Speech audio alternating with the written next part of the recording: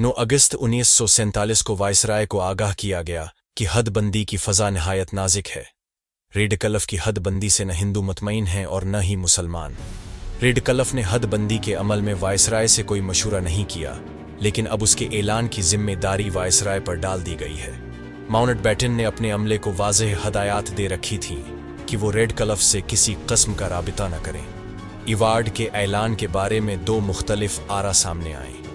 एक राय ये थी कि इवार्ड को फौरन मंजर आम पर लाया जाए ताकि जो इलाके मुतासिर होने वाले हैं वहां बरवक्त फौज की नकल व हरकत मुमकिन हो सके, जबकि दूसरी राय ये थी कि इवार्ड का ऐलान 14 अगस्त को ही किया जाए।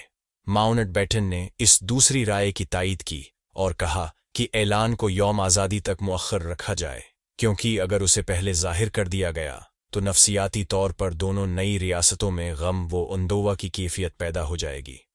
उन्होंने कहा कि वो नहीं चाहते कि आज़ादी की खुशी किसी भी वजह से मानित पड़ जाए या गम में बदल जाए। माउंटबेटन को यह भी बताया गया कि सूबाई गवर्नरों ने सिख लीडरों की गिरफ्तारी की मुखालफत कर दी है।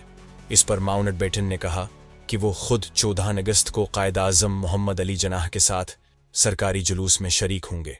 अगर आपको हमारी वीडियो पसंद आई हो तो बराह करम वीडियो को लाइक करें, चैनल को सब्सक्राइब करें। मुलाकात होगी अगली वीडियो में इंशा अल्लाह।